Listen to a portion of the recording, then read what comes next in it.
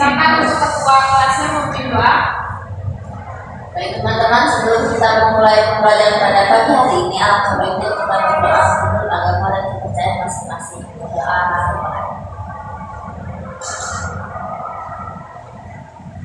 Doa. Baik, terima kasih Hesi. Ibu izin untuk biar bisa terlebih dahulu ya. Baik Ibu. Teman-teman kalian ada yang tidak hadir hari ini? Hadir semua Ibu. Ya. Ilham Sari Hadir Ibu. hadir. Vina Cahaya Sapitri hadir Ibu. Hadir. Esti Mariska Hadir Ibu. hadir. Alhamdulillah hari ini lengkap ya. Ya Ibu, luar biasa sekali. Baik, sebelum kita mulai materi kita hari ini, Ibu mau mengulas terkait materi kita minggu lalu nih, yaitu tentang teks naratif. Ada yang masih ingat? Alvina, apa itu tujuan dari teks naratif? Jadi Ibu, tujuannya itu untuk menceritakan pengalaman atau peristiwa yang bisa memberikan pesan atau pelajaran. Baik, tepat sekali ya. Jadi tujuan kami itu untuk memberikan pesan kepada orang lain ya. Bila apa yang masih diingat terkait materi itu lalu? Struktur Ibu. Ya, coba sebutkan. Jadi strukturnya itu ada orientasi, komunikasi, dan resolusi Ibu. Oke, tepat sekali ya. Rizky, ada yang masih diingat? Ada Bu. Ya, coba apa? Terkait ciri kebahasanya, coba apa saja? Biasanya pakai kata kerja tindakan sama keterangan waktu Ibu. Ya, benar sekali. Jadi dalam teks naratif itu menggunakan kata kerja atau keterangan untuk menginformasikan suatu informasi gitu ya. Baik, terima kasih anak-anak telah menjawab materi minggu lalu. Jadi benar ya bahwa sebuah teks naratif itu tidak hanya soal ide ceritanya, tapi juga tentang penggunaan bahasanya dan bagaimana kita menggunakan bahasa itu dengan tepat. Nah, untuk materi kita hari ini yaitu terkait dengan mengenali istilah dari fenomena sosial. Kalian sudah tahu apa itu istilah sosial? Misalnya saya tahu tentang fenomena sosial dulu gitu. Kalian pasti sudah pernah mendengar apa itu fenomena sosial kan? Ya, baik kita lanjut saja. Sebelumnya Ibu mau menyampaikan tujuan pembelajarannya yaitu harapannya kalian mampu menggunakan kata-kata baru yang digunakan dalam konteks topik, sains atau sosial tertentu dalam tulisan dengan format yang lebih baku berdasarkan pengetahuannya terhadap kombinasi dari itu.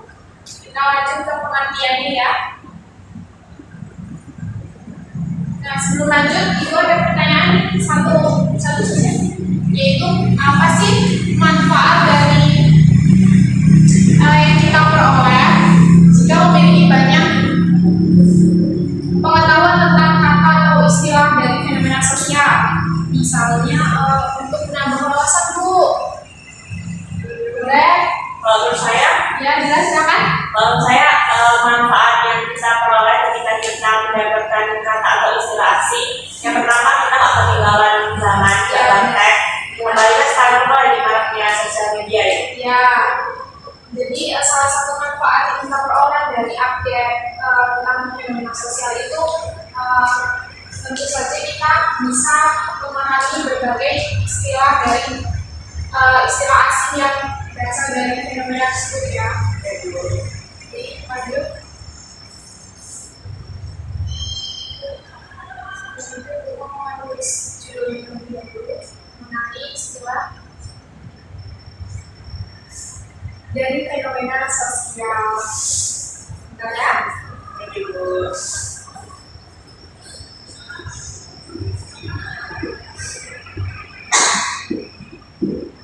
Istilah dari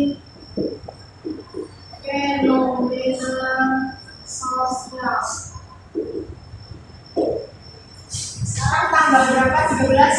14? 14 Bu. 14 ya. 20 lebih. SD komplit. Lanjut ke pengertian fenomena sosial. Baik, fenomena sosial adalah peristiwa atau gejala yang terjadi dalam kehidupan bermasyarakat dan dapat diamati serta diukur secara ilmiah. Peristiwa ini dipengaruhi oleh interaksi sosial, perilaku kolektif, tren budaya, dan perubahan sosial, serta dapat memengaruhi individu dan kelompok. Jadi fenomena sosial itu segala sesuatu yang sedang istilahnya apa ya, viral, sedang hangat-hangatnya, benar, sedang hangat-hangatnya dibahas. Kemudian di situ kan pasti ada istilah asing yang muncul gitu. Paham ya? Ada yang ingin ditanyakan? Dari pengertian fenomena sosial? Cukup Ibu.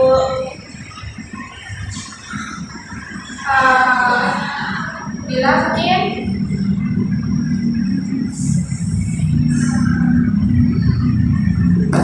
ada nggak? Saya Ibu. Ya, Bila?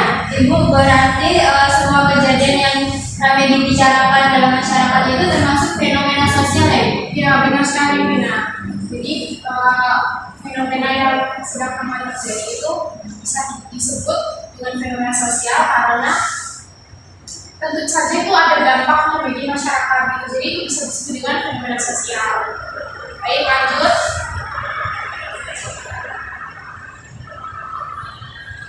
Ada hubungan fenomena sosial dan bahasa. Messi bisa dibaca nggak? Hubungan fenomena sosial dan bahasa. Bahasa selalu berkembang mengikuti kehidupan sosial manusia.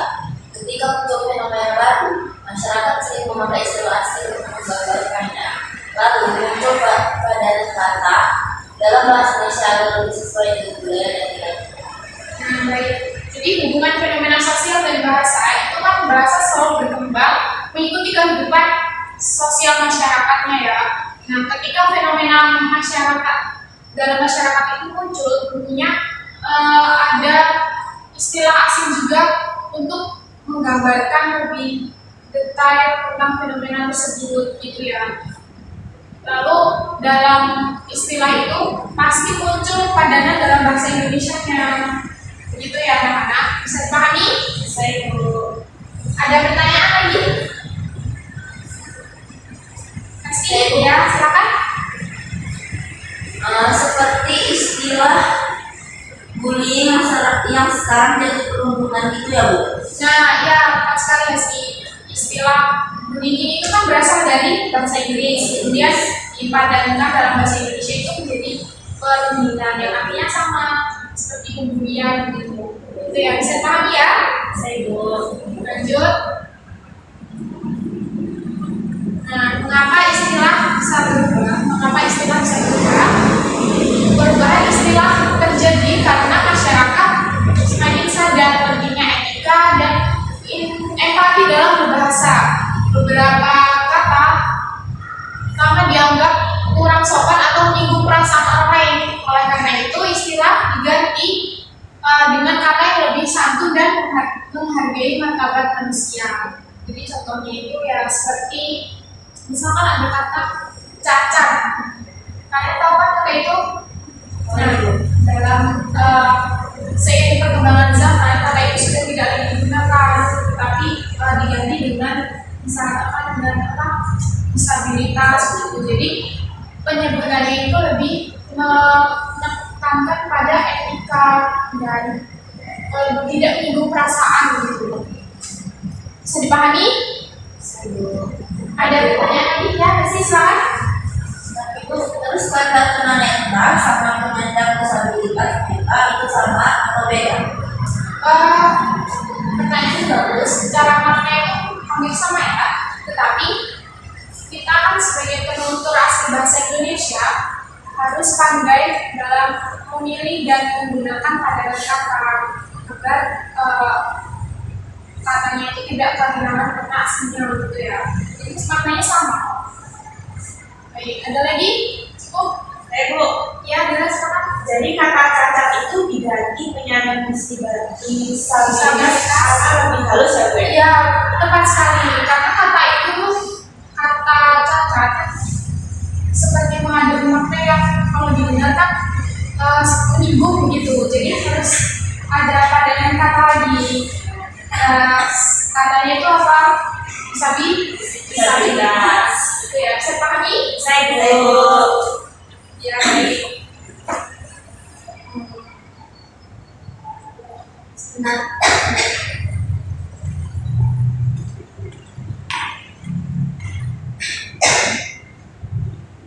Nah, ini ada contoh teks fenomena sosial. Bila bisa baca yang paragraf pertama yang sebelah itu. Sebuah fenomena sosial seperti perhubungan terkadang mendorong penggunaan kata atau istilah dalam bahasa asing. Lalu masuk padanan dalam bahasa Indonesia. Sebagai contoh ialah istilah bullying yang kemudian dipadankan dengan kata perundung. Isi dilanjutkan.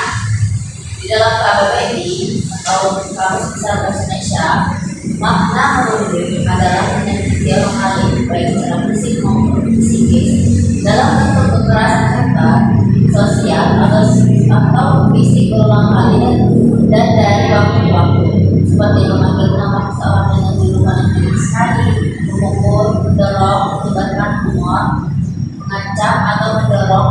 Kata merunduk juga bersentuhan dengan kata merisak. Merisak apa? Merisak itu seperti menyakiti gitu. Lanjutkan ya. Saat ini ada pilihan kata lain untuk penyandang cacat ialah difabel yang berasal dari singkatan dalam bahasa Inggris, yaitu different ability. Keadaan seseorang yang mengalaminya disebut disabilitas. Kata disabilitas berasal dari bahasa Inggris disability. Selain difabel digunakan juga kata penyandang disabilitas yang resmi tercantum di dalam Undang-Undang tentang penyandang disabilitas. Penyandang disabilitas adalah setiap orang yang mengalami keterbatasan fisik, intelektual, mental, atau sensorik dalam jangka waktu lama yang dapat berinteraksi dengan lingkungan, dapat mengalami hambatan dan kesulitan untuk berpartisipasi secara penuh dan efektif dengan warga negara lainnya berdasarkan kesamaan hak. Adapun khusus untuk anak-anak digunakan istilah anak berkebutuhan khusus, yaitu ABK. Kalian tahu ya, kedua istilah ini difabel dan penyandang disabilitas dapat digunakan. Asosiasi penyandang disabilitas lebih merekomendasikan penggunaan istilah penyandang disabilitas sesuai dengan undang-undang.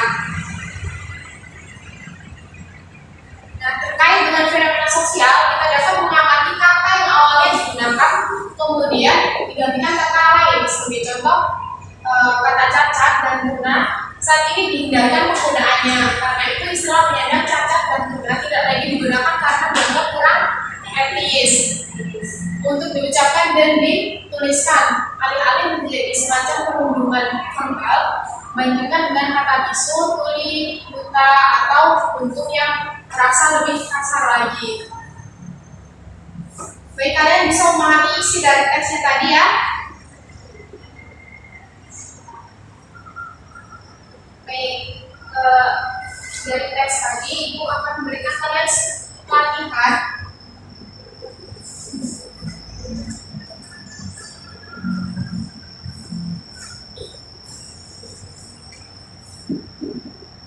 Ada isi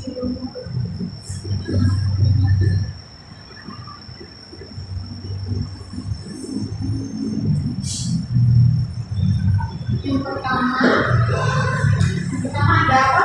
Yang tadi kalian katakan yang benar-benar bisa. Ada ini yang pertama Bullying. Ya, bullying.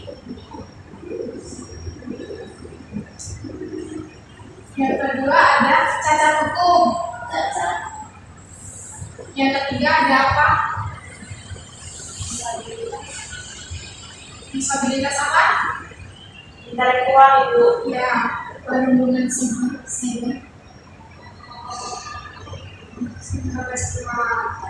sama yang ini tadi identik perlindungan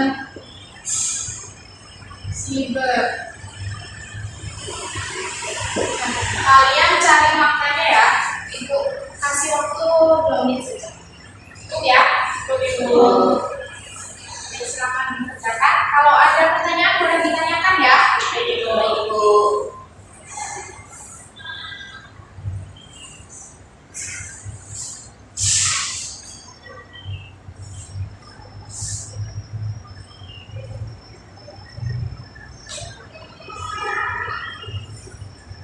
Nesti, ada pertanyaan atau sudah selesai?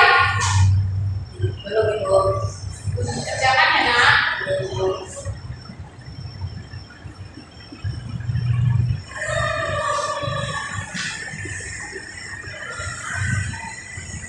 Sebenarnya sudah selesai ya.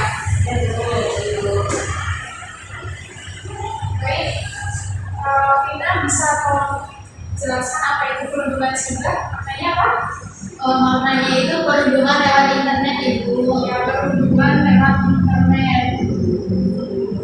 Seperti pengguna seseorang itu melalui media sosial. Ya, seperti itu ya. Kan kalian pernah dalam internet itu seperti kolom komentar pasti mengandung perlindungan siber ini atau yang kemudian verbal lah ya istilahnya. Kemudian yang kedua ada jejak hukum. Siapa yang bisa mengungkapkan apa maknanya? Nesti, apa nak? Cacat hukum yaitu suatu kebijakan atau perjanjian yang tidak sah karena tidak sesuai hukum yang berlaku. Ya, mengasihani suatu kebijakan hukum yang tidak sesuai karena tidak berlaku. Ya. Dan yang terakhir ada disabilitas intelektual apa yang bilang? Gangguan kemampuan berpikir, misalnya Down syndrome gitu. Ya, jadi disabilitas intelektual itu adalah gangguan kemampuan berpikir seperti anak-anak kalian pernah tahu Down syndrome. Nah, seperti itulah ya. Ya. Baik, kalian bisa memahami ya apa itu istilah dalam fenomena sosial. Baik, dari internet ini kita dapat memahami bahwa setiap fenomena sosial itu memiliki istilah tertentu yang menggambarkan keadaan dan peristiwa di masyarakat.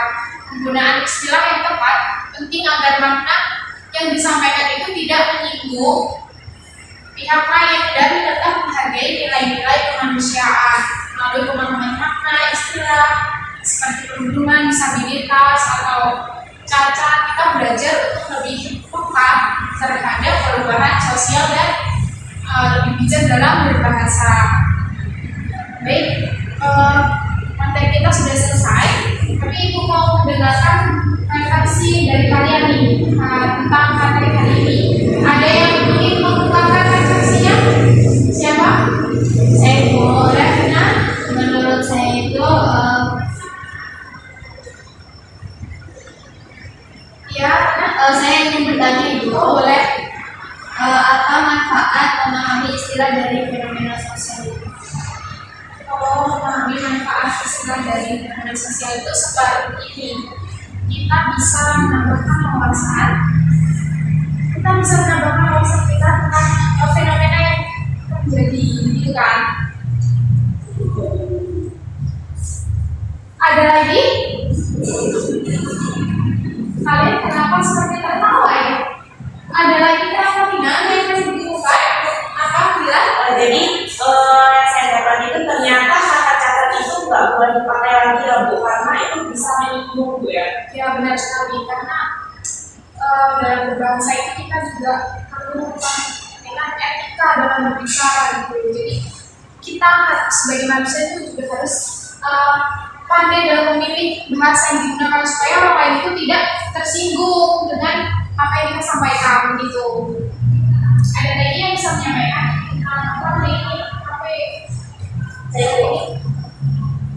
saya jadi lebih paham kalau fenomena manusia bisa mempengaruhi bahasa juga. Benar sekali. Meski, jadi fenomena sosial itu bisa mempengaruhi bahasa karena bahasa itu kan bersifat dinamis yang mana pastinya akan mengikuti perkembangan zaman. Kalau misalkan ada fenomena baru, pasti juga akan muncul istilah baru. Ya. Ada lagi yang ditanyakan? Seperti itu. Dan tentunya ya dalam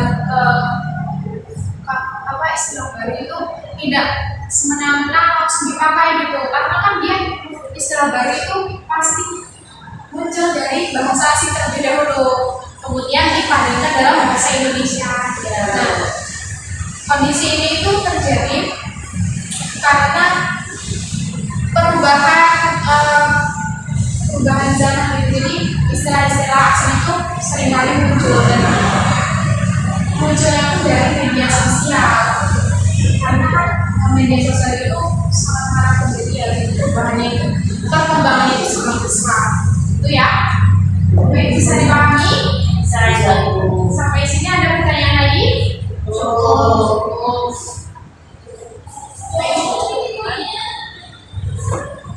Oh ya, untuk materi minggu depan kita akan belajar dibuka halaman 19 ya. Halaman 19 itu tentang mahir dalam menggunakan tanda baca. Untuk materi minggu depan kalian mencari informasi terlebih dahulu ya, belajar membaca dulu. Maksudnya belajar mencari informasi terlebih dahulu supaya dalam kelas itu kalian tidak kosong gitu, sudah ada pemahaman baru. Baik, itu ya materi hari ini cukupkan. Tapi sebelum itu kita berdoa terlebih dahulu. Silakan Rizky untuk pelajaran hari ini. Baik teman-teman, sebelum kita jadi pelajaran pada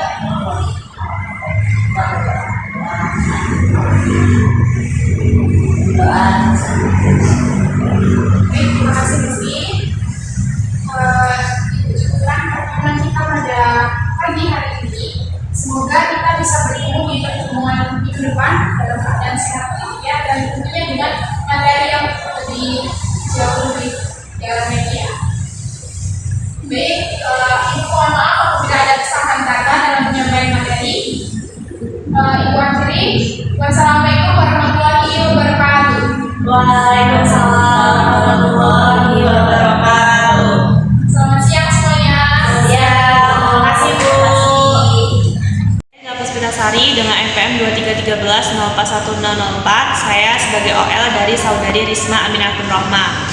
Saudari Risma pada komponen keterampilan dasar mengajar bertanya tingkat dasar menggunakan penggunaan pertanyaan secara jelas dan singkat, pemberian acuan, pemindahan giliran, pemberian waktu berpikir, pemberian tuntutan pemusatan perhatian, penyebaran pertanyaan. Kemudian Saudari Risma menggunakan komponen keterampilan dasar mengajar bertanya tingkat lanjut seperti pengubahan tuntutan tinggi, tingkat kognisi dalam menjawab pertanyaan, pengaturan urutan pertanyaan. Kemudian Saudari Risma tidak menggunakan pertanyaan pelacak. Saudari Risma menggunakan peningkatan terjadinya interaksi. Kemudian yang ketiga, pada komponen negatif yang perlu dihindari, Saudari Risma mengulangi pertanyaannya sendiri atau mengulangi jawaban pembelajaran. Saudari Risma menjawab pertanyaannya sendiri. Saudari Risma tidak menunjuk dulu sebelum bertanya. Kemudian pada mengajukan pertanyaan yang menggunakan jawaban serempak, Saudari Risma menggunakan. Kemudian Saudari Risma tidak mengajukan pertanyaan ganda. Sekian, terima kasih.